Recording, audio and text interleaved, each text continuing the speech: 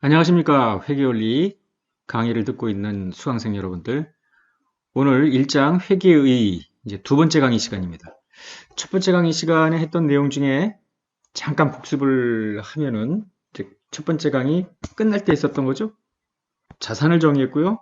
부채를 정의했고 자산 빼기 부채는 자본으로 정의를 했습니다. 오늘 이제 두 번째 시간에는 요 회계 등식을 이용해서 여러 가지 거래가 어떻게 기록이 되는지 그 원리를 살펴보는데요.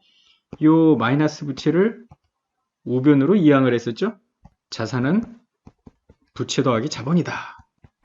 자본은 독립적으로 정의되는 게 아니라 자산 빼기 부채의 잔여분으로 결정된다. 뭐 이런 이야기도 했었습니다. 오늘 드디어 이제 교재로 본다면은 16쪽 하단인데요. 회계 등식을 통한 장부 기록의 관리를 지난 시간 마지막에 설명드렸던 자산은 부채 더하기 자본이다 라는 걸로 한번 공부를 시작해 보도록 하겠습니다. 예를 보시면요. 예 모두 거래가 1, 2, 3, 4, 5, 6, 6개 예가 제시가 되어 있는데요. 이 예를 통해서 지난 시간 말미에 우리가 배웠던 회계 등식을 이해해 보도록 하겠습니다. 자, 먼저 회사가 주식을 발행을 했습니다. 회사라는 것은 우리가 지난 첫 시간에 또 마지막 부분에서도 했었죠. 주식을 발행해서 투자자로부터 10,000원의 현금을 출자를 받았대요. 회사의 입장에서 보는 거라고 했습니다. 회사로 이제 회사가 현금을 출자받으니까 회사의 현금이 늘어나겠죠. 자산이 늘어납니다. 이 플러스가 됐죠. 이럴 때 다시 돌려줄 의무는 전혀 없는 거 아닙니까? 그냥 나의 자산만 늘어났을 뿐입니다. 따라서 자연스럽게 자산 빼기 부채는 자본, 다시 자산은 부채 더하기 자본, 자본도 늘어나야죠. 이 등호가 성립이 되려면은 이게 지금 다시 본다면은 만 빼기 0은 만 아닙니까? 이거를 다시 돌려서 만은 부채 더하기 자본이다. 이렇게 이제 다시 표시를 한 걸로 보시면 되겠습니다. 자, 두 번째 거래를 볼까요? 은행으로부터 2,000의 현금을 차입을 했대요. 그럼 2,000만큼 돈이 들어오니까 자산 늘어났잖아요. 이때 그 은행으로부터 꾼 돈은 다시 갚아야 될 빚입니다. 부채가 늘어나죠. 그러니까 좌우 2,000씩 늘어나게 되고요. 이 경우에 순자산인 자본은 전혀 늘어나지 않죠. 은행으로부터 돈을 꾸면 자산도 늘어나지만 그만큼 부채도 늘어나기 때문에 순자산인 자본의 변동은 없다. 이렇게 보시면 되겠습니다. 자, 거래 3번. 회사에서 사용할 비품을 500의 현금을 지급을 하고 취득을 했다. 이런 거래입니다. 뭐 흔한 거래입니다. 돈 주고 자산을 사는. 그러니까 돈을 주고 자산을 샀다. 현금 자산이 비품이라는 자산으로 바뀐 겁니다. 그러니까 현금이라는 자산이 500이 빠지고 비품이라는 자산이 500이 늘고 어쨌거나 등호는 유지가 되죠. 요 왼편의 자산에서 플러스 마이너스 같은 금액만큼 들고 놨습니다. 이제 네 번째 거래를 보겠습니다. 거래처에 컨설팅 용역을 제공하고 어떤 서비스 컨설팅이라는 서비스업이라고 이제 보시면 되겠죠. 이 회사는. 그 다음에 이제 700의 현금을 받았다는 겁니다. 회사가 영업활동을 수행을 했습니다. 즉, 매출이 일어나는 겁니다.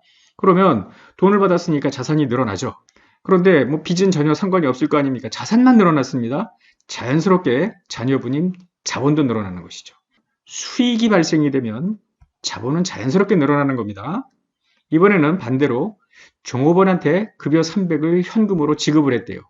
자, 그러면은 월급을 줬으니까 현금으로 지급을 했으니 자산이 빠지죠? 부채는 전혀 이 변동이 없었고요. 그러면은 자연스럽게 자본도 이퀄이 되기 위해서 300이 빠지게 되는 거죠. 즉 순자산이 줄어든다는 거죠. 그러니까 수익이 발생하면은 순자산인 자본도 늘고요. 비용이 발생이 되면은 내 미천인 자본은 주는 거다. 이렇게 이해를 하시면 돼요. 자, 광고 선전비 100이 발생했대요. 그런데 지금 당장 돈이 없으니 다음 달에 줄게 이렇게 했다 치자고요. 그러면은 당장 자산의 변동은 없죠. 그러나 다음 달에 주겠다라고 한 그 약속은 바로 의무 아닙니까? 빚입니다. 빚. 그래서 부채가 늘어났습니다. 이퀄이 돼야 되죠? 왼쪽은 0이고 그러면은 자본이 줄어드는 거죠. 그러니까 자산에는 변동이 없는데 부채만 늘어나기 때문에 순자산인 자본은 줄어든다. 이렇게 보시면 되겠습니다. 어떠세요? 지금 6개 거래를 통해서 지난 시간에 배웠던 자산은 부채 더하기 자본이라는 등식, 그리고 이 회계 등식은 어쨌거나 이런 거래가 발생이 될 때 자산 또는 부채가 변동이 되는데 자녀분인 자본은 자산 부채에 쫓아간다. 이렇게 생각을 하면 되겠습니다. 그래서 이 등호가 유지되게끔 이 회계 등식에서 자산 부채가 어떻게 변하고 자녀액으로 결정되는 자본이 어떻게 변동되는지를 살펴보는 겁니다. 책으로 보면 19페이지인데요. 이제 우리가 어느 정도 회계 등식을 통한 거래를 앞서 6개를 분석을 했는데 이제 좀 더 구체적인 회계 등식을 통한 거래 분석을 하고요. 더 나아가서 재무제표의 하나인 재무상태표까지 이제 만들어 보기로 하겠습니다. 앞서 예 1번에서는 6개 거래를 개별 거래로 하나하나 그냥 독립적으로 자산, 부채, 자본의 변동을 살펴봤습니다만 이번에는 특정 회사에서 연속해서 벌어지는 어떤 거래를 들어보자고요. 그래서 계속해서 이 자산, 부채, 자본이 누적적으로 어떻게 변동되는지를 함께 살펴보겠습니다. 우리 교재로 가봅니다. 20페이지인데요. 거래 1번입니다. 주식회사 한국이라는 회사가 설립이 되는 겁니다. 주식을 발행했고요. 투자자로부터 현금 100만 원을 받아 설립이 됐다. 이런 거래입니다. 그러면 회사로 현금 100만 원이 들어오니까 자산이 늘어나잖아요. 근데 부채는 전혀 상관이 없으니까 자본이 자연스럽게 늘어납니다. 따라서 거래 1번이 끝난 다음에 회사의 재무 상태, 이걸 재무 상태라고 하는데요. 자산, 부채, 자본의 상태가 자산이 100만 원, 부채는 없고요. 자본이 100만 원 이렇게 되는 겁니다. 이어서 거래 2번이 일어납니다. 이제 본격적으로 영업을 시작을 해야 되니까 이것저것 사무실로 사용할 건물도 지금 취득을 했고요. 70만 원의 현금. 뭐 나머지 이제 또 집기 비품도 사야 되고 뭐 할 일들이 참 많습니다. 자, 일단 거래 2번은 현금을 주고 건물을 샀다라는 거죠. 그러니까 현금을 줬으니까 일단 현금이라는 자산이 빠지고요. 건물이라는 자산이 올라가고 이 오른쪽에서만 플러스 마이너스가 이루어집니다. 부채 자본은 전혀 변동이 없죠. 어쨌거나 이 거래가 끝나고 나면 잔액은 여전히 자산이 100만, 자본이 100만이 되겠습니다. 거래 3번입니다. 사무실에서 사용할 책상과 의자, 컴퓨터 등을 샀는데 이번에는 외상으로 샀다고 되어 있습니다. 외상으로 사든 아니면 돈을 주고 사든 간에 책상이나 의자, 컴퓨터 같은 비품이 일단 유입이 되죠? 8만? 이렇게. 근데 만약에 돈을 줬다 그러면은 자산이 빠지겠죠. 그런데 돈을 주지 않고 나중에 줄게 그랬다는 거 아닙니까? 그러면 나중에 주겠다. 빚이 늘어나는 거죠. 자본은 변동이 없고요. 따라서 이런 자산과 부채가 동시에 일어났고요. 이 거래, 세 번째 거래까지 발생된 사항을 여기다 반영을 하면은 자산은 총 108만, 부채가 8만, 자본이 100만. 그래서 역시 등호는 유지가 된다. 이렇게 보면 되겠습니다. 재밌죠? 자, 거래 4번입니다. 경영 컨설팅 용역을 제공하고 거래처로부터 20만 원의 현금을 받았다. 이렇게 되어 있습니다. 수익이 발생을 하죠? 용역을 제공해서 돈을 받았다는 겁니다. 그러면 지난 예 1번에서도 봤듯이 돈 받았으니까 20만 원만큼 자산이 늘어납니다. 부채는 전혀 상관이 없을 거 아니에요. 자연스럽게 수익이 발생이 되면 자본도 늘어납니다. 아무 일 없이 부채 변동 없이 자산만 늘어났으니까 자본은 늘어날 거 아닙니까? 이퀄이 돼야 되니까. 이 거래가 끝나고 나면 자산은 128만, 부채 8만, 자본 120만 이렇게 등호가 유지가 되는 것을 알 수가 있어요. 거래 5번을 볼까요? 신문에 회사 광고를 냈는데 10만 원의 광고 선전비 청구서를 받았대요. 근데 돈은 나중에 지급할게, 나중에 줄게 이랬다는 거죠. 자, 그러면 신문에 회사 광고를 냈습니다. 10만 원의 광고 선전비를 돈으로 줬다 그러면은 현금이 빠질 거 아닙니까? 그런데 여기서는 그게 아니라 나중에 줄게 이래놨으니까 나중에 줄게 빚이 늘어나는 거 아니에요. 부채가 늘어났습니다. 이걸로 끝나는 거죠. 자산은 변동이 없고 이퀄이 돼야 되니까 자본이 줄어들죠. 즉 비용이 발생이 되면 어쨌거나 자본이 줄어듭니다. 이때 부채가 늘어나면서 줄어들 수도 있고요. 또 앞서는 어떤 것들을 했냐면은 자산이 빠지면서 자본이 줄고 뭐 이럴 수도 있는 거 아닙니까? 어쨌거나 비용이 발생이 된 경우에 이 케이스는 나중에 줄게. 그리고 그렇기 때문에 여기서 자산은 변동이 없고요. 자본이 이제 자본이 줄어드는 이퀄은 계속 유지가 되는 이런 상황입니다. 자, 거래 6번을 볼까요? 경영 컨설팅 용역을 제공하고 12만 원을 받아야 하는데 거래처가 2만 원밖에 안 줬다라는 거예요. 10만 원은 나중에 줄게. 거래처가 이랬다는 거죠. 어쨌거나 지금 현금으로 받든 한 달 뒤에 받든 한 달 뒤에 받을 그 미회수 채권 이것도 회사는 돈을 받을 권리가 있는 것이기 때문에 자산입니다. 그러니까 지금 당장 받은 거 2만 얼마 뒤에 받을 거 10만에서 12만의 자산이 늘어나죠. 부채는 상관이 없죠. 그러니까 자본이 자연스럽게 12만 원이 늘어나게 됩니다. 이 거래가 끝나고 나면 자산은 총 140만 원, 부채는 18만 원, 자본은 122만 원, 등호는 유지가 된다. 자, 거래 7번. 직원급여 8만 원, 전기료 5만 원을 이번엔 돈으로 줬대요. 13만 원이 나갔죠. 그러니까 자산 빠지고 부채는 상관없잖아요. 뭐 나중에 주기로 한 게 아니라 지금 당장 나갔으니까 그 결과 순자산인 자본도 자연스럽게 빠지게 되죠. 그래서 이 거래 결과 자산의 총액은 127만, 부채는 18만, 자본은 109만 이렇게 되겠습니다. 자, 거래 8번입니다. 거래 3번에서 발생한 미지급금 8만을 현금으로 지급하다. 거래 3번은 뭐였느냐 하면은 사무실에서 사용할 책상, 의자, 컴퓨터 이런 것들을 사면서 8만 원을 나중에 줄게 이랬다는 거 아니에요. 이게 부채죠. 나중에 줄게. 근데 이제 와서 주겠다, 줬다라는 거죠. 그러니까 돈으로 줬으니까 자산이 빠지고요. 있던 부채가 사라지지 않습니까? 자본은 변동이 없겠죠. 그래서 이 거래가 끝나고 나면 자산은 119만, 부채는 10만, 자본은 109만이다. 이렇게 되겠습니다. 자, 이제 마지막 거래 9번입니다. 거래처로부터 받지 못했던 거래 6번에서 경영 컨설팅 용역대가 10만 원이라고 했는데요.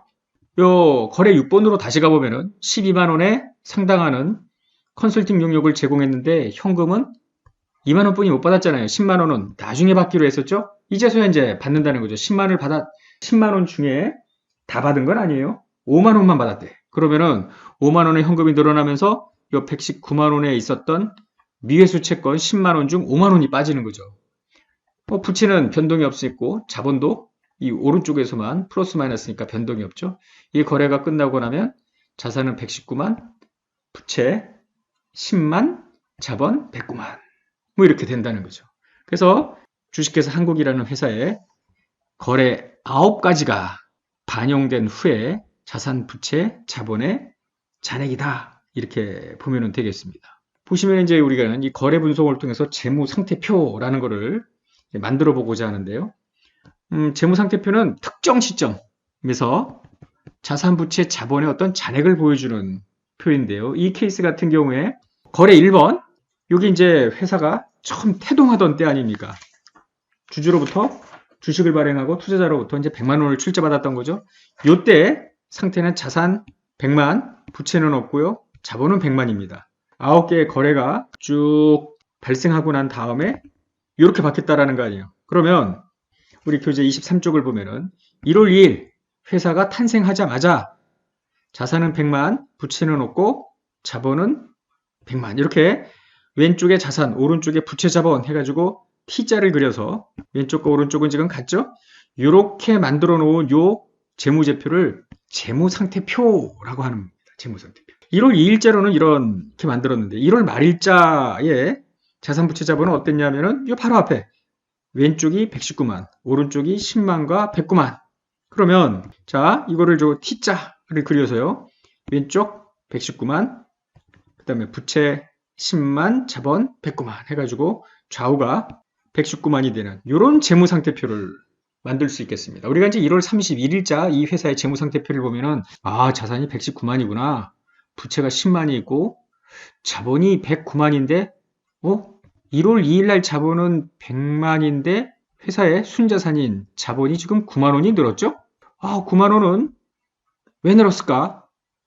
늘어난 이유가 주주의 추가 출자가 있었나? 없었잖아요. 1번부터 9번까지는.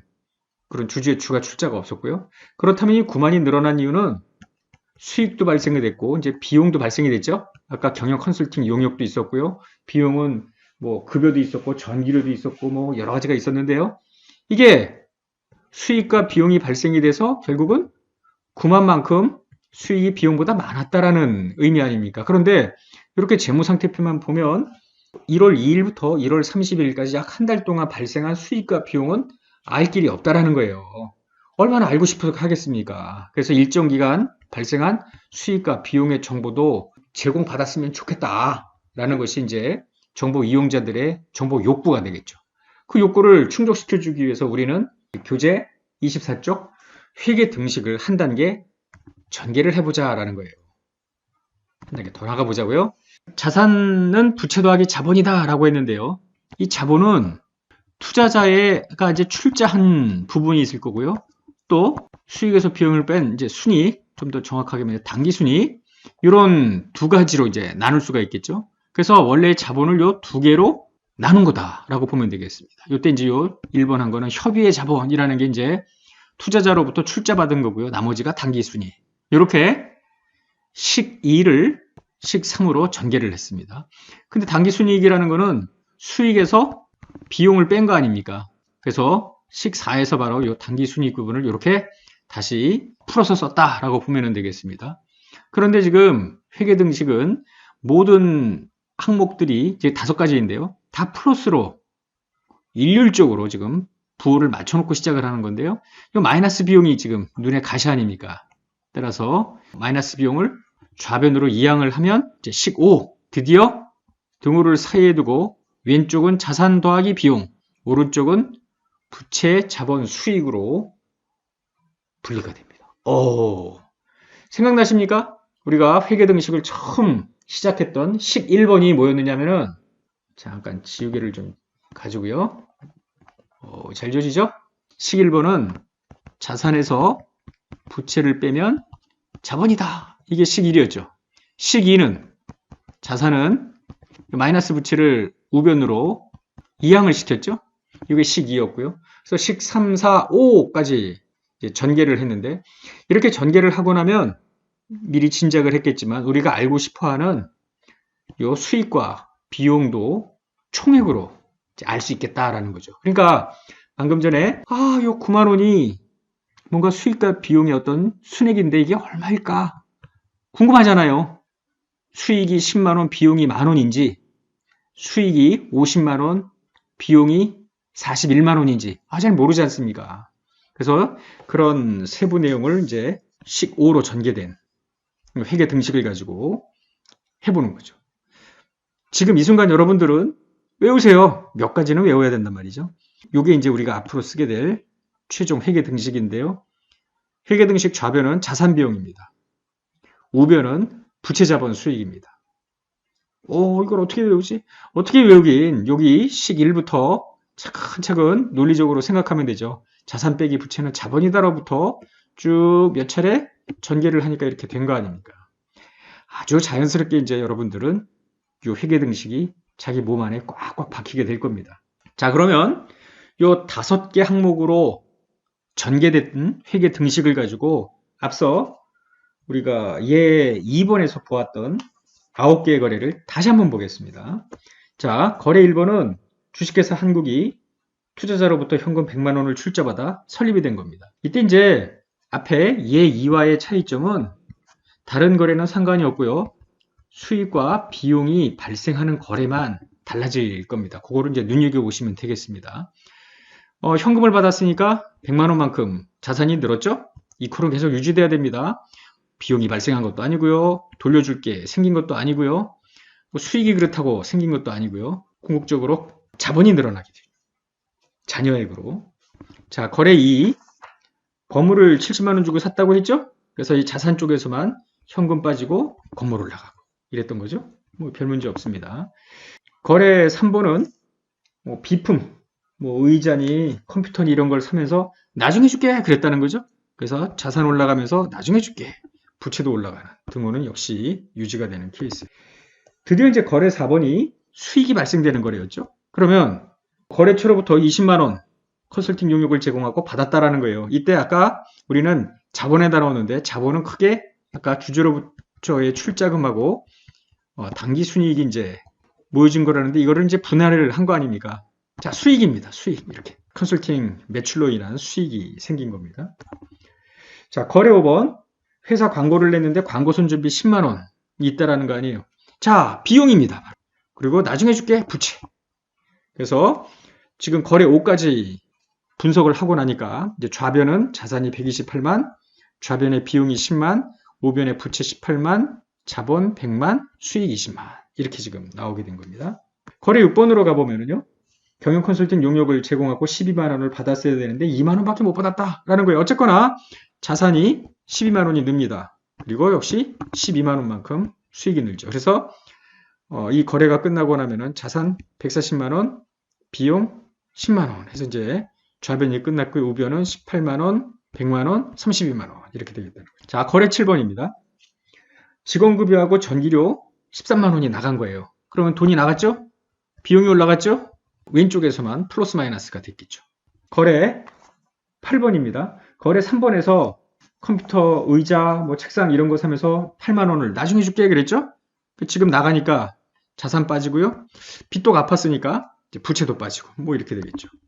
자, 거래 9번. 거래 6번에서 거래처로부터 아직 못 받았던 용역대가 10만 원 중 5만 원을 받았대요. 그러니까 자산 쪽에서만 플러스 마이너스가 되겠죠.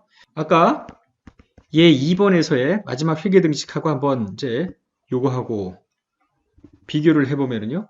얘 2번에서의 거래 9번에서는 자산 119만, 부채 10만, 자본 109만. 달랑 이렇게 끝난 거죠. 그런데 지금을 보면은 뭔가 정보가 훨씬 풍성해졌습니다. 자산 119만, 부채 10만, 자본은 계속 출자금으로 되어 있고요. 지금 눈여겨보셨겠지만 수익이 비용보다 9만 원이 더 많잖아요. 그러니까 수익과 비용의 정보도 제공이 가능해졌고요. 수익과 비용 9만 원은 궁극적으로 순이익이 발생된 것이고 투자자로부터의 출자받은 100만 원과 더불어서 자본으로 나중에 다 들어갈 것 아닙니까? 바로 이것이 전개한 회계 등식을 이용해서 거래를 분석한 겁니다. 우리의 이제 궁극적인 목표는 다음 시간에 하게 될 최종 회계 등식을 가지고 재무상태표라는 것과 포괄 손익 계산서라는 것을 이제 만들게 되는데 이미 우리는 만든 거나 다름이 없어요. 재무제표는 바로 이와 같이 5개 등식을 통해서 여러 가지 뭐 자산 부채 거래, 그 다음에 수익 비용 거래 등을 기록을 해놓고 내용을 어떻게 예쁘게 알기 쉽게 보기 좋게 정보 이용자들한테 보여주느냐 뭐 그 차이라고 보면 되겠죠.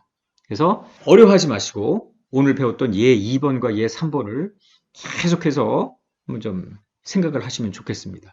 요맘때쯤 되면은 우리 이 캠퍼스 Q&A에 많은 질문이 이제 올라오기 시작을 할 때예요. 아니 물건을 팔았는데 왜 자본이 늘어나나요? 뭐 이런 케이스죠. 예 2와 관련해서 우리는 이제 예 2를 기본으로 하지 마시고 예 3을 기본으로 하십시오. 왜냐하면 예 2에서는 수익, 비용, 자본을 한데 묶은 거나 다름이 없잖아요. 자본으로. 그러다 보니 총액에 대한 수익, 비용 정보가 제공이 안 되기 때문에 결국 예 3 이렇게 5가지로 항목을 좀 분해를 해서 거래를 분석을 했죠. 그러니까 이제 이걸 가지고 보시면 되죠.